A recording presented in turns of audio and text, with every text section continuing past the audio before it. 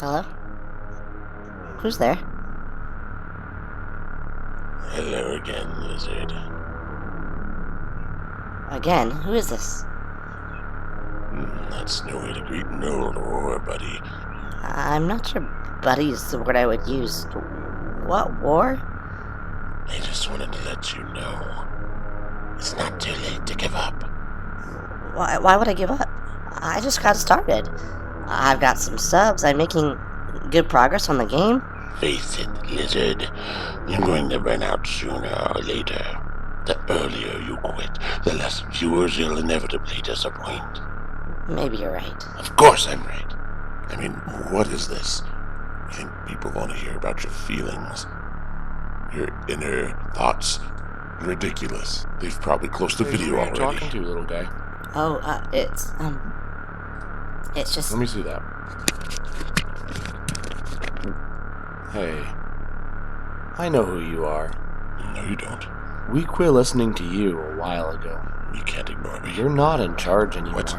And Neither are we don't you. have to take orders from you or anyone.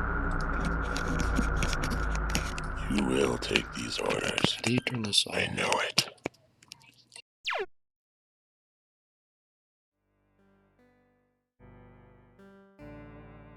Hello, I'm Lizard Wizard, the Wizard Lizard. Thanks for joining me. If you're new here, I am currently working on a video game called H347, or Heat. Right. Heat. Right. H347 is a stealth action puzzler with a cool cyberpunk aesthetic. I have a lot of new improvements to talk about, so let's get into it.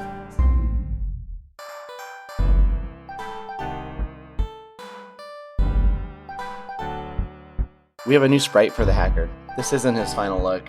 He's temporary. I got rid of the grid movement. I just thought a smoother movement would suit the style and playstyle more. I am going to bring this guy and his grid movement back, but it's going to be an ability, which I'll talk about in another video. I made some new walls in Blender. More of a test than anything. I know they aren't the prettiest. I added some features to doors. Doors can have different security levels, increasing the difficulty. I thought it'd be cool to use the whole 10 key for level 3. It took me an embarrassing amount of time to figure this bug out. Can you guess what was wrong? Working good now. We needed an item pickup, so I made a basic data chip. Kinda looks like an NES cartridge. Pretty cool that Blender files can import directly into Godot. From in the engine, I can update the sticker texture and code. Add some basic animations. And now we have a level 1 door key with a basic inventory GUI as well. These data chips, as I decided to call them, use a custom resource where you can individually edit them. Here I'm making a chip that is essentially an in-game text file for adding lore to the game. And an initial draft data text pop-up. Getting into some more core mechanics, I added the heat bar, which goes up with failed unlock attempts. The door also has limited retries before automatically upgrading its security level. If you reach level 2 or 3 on the hotness bar... Oh, come on. If you reach level 2 or 3 on the bar, the whole level will react accordingly. Loading in levels dynamically, and a really simple level select screen.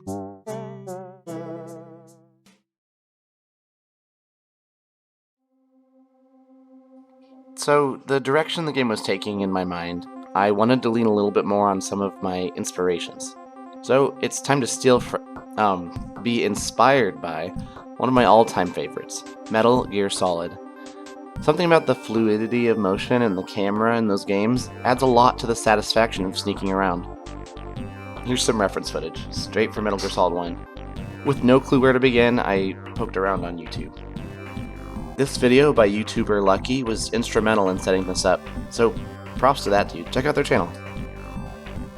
The camera rig has two main parts, the camera and the player tracker. Here's the player tracker, seen as a wireframe, following the player left and right, but not up and down. So up and down movement gets a rotation. In other words, when the tracker can't move, the camera rig can't move, so the camera will rotate instead. When the tracker is free to move, the camera rig will move with it and only rotate when the tracker hits a limit. At first, I set the limits by setting an X limit and a Y limit. Kinda clunky, no visual indication of where the limit ends without direct testing, and also nothing was working and it was impossible to troubleshoot. My first thought was I could use the manual setting for special cases, but by default I could restrain it to the room it was in. To do that, I need to get the bounds of the room. The room is just a Node 3D that contains all the walls, but Node 3D doesn't have a get bounds method or anything. From Googling, I saw that you could create an AABB object, which is just a bounding box. Then iterate over all the child nodes, and so long as they have meshes, you can merge their bounding boxes with your new one, and, in theory, get the bounding box for the entire Node 3D by the end. Great thought, I just couldn't make it work. This time-lapse showcases my struggles. I tried to visually show the bounds being generated with a debug mesh. With crazy results. It would be too big or have a random hole in it for some reason. I could shrink it down by a certain amount, but then my square room was creating a very long and thin rectangle bounding box for some reason. Then I thought, maybe I could just show the bounding box in real time in Editor using a tool script. I obviously have no idea how tool scripts actually work. Of course, it only takes a second to step back, rethink, and realize you're hugely overcomplicating the problem.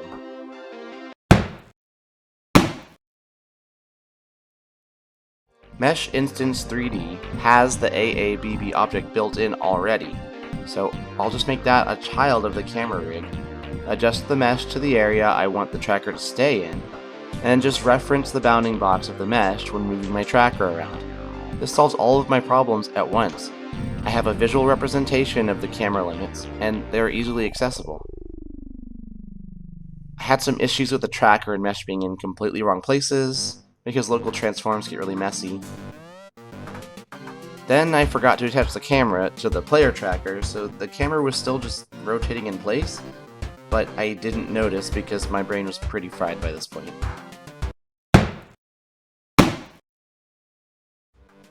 I actually only realized I'd messed up because I was writing this script and had to, actually describe what I had made. So let's attach the camera to the tracker and... oh no, that's not supposed to happen. It turns out that I had not updated this line here. The camera node was still trying to look between the parent node and the player, instead of the new tracker node and the player. And that's much better. Here's another look with a smaller camera limit, so you can see that it rotates when the tracker reaches the edge. In the end, I landed on this final setup. The parent node of the rig is a Mesh Instance 3D node. This gives the rig its location and bounding area. The player tracker, a static body 3D node, tries to move to the player, but its location is clamped by the bounds of the mesh instance. The camera is a child node of the tracker, so it will mirror its movements, but will still rotate towards the player slightly if needed. There is another empty node 3D, called input rotation. I can rotate this to tell the input controller which way to interpret the controls. Lastly, there is an Area 3D node to detect the player and trigger the camera switch. The rig can have as many of these as is needed for multiple entrances, for example. Just position and configure all these pieces and you have a camera rig set up. Here's what that looks like without all the debug stuff showing.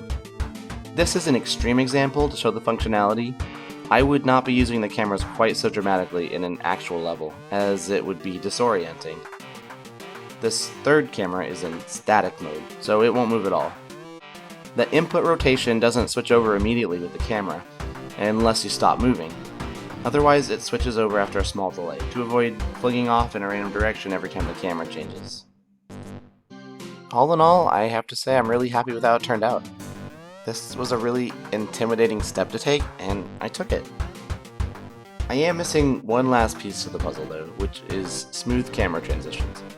If you look at our source material again, you can see that the camera kind of slides into place.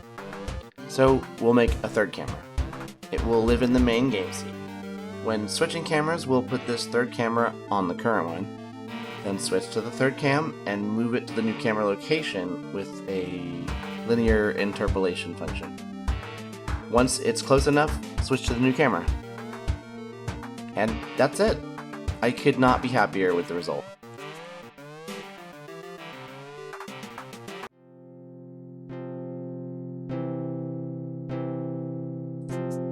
That was a lot to get through, and I got pretty technical there at one point. So now that I've alienated half of my viewers, here's a silly dance.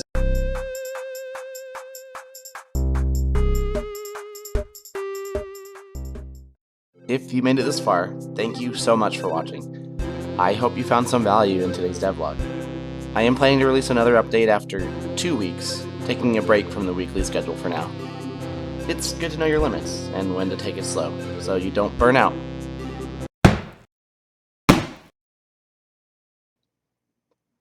With that being said, I think I'll try to get ahead of things by making some smaller episodes, YouTube shorts, maybe a side project. Oh no. Oh no. No. No, no, no, no, no!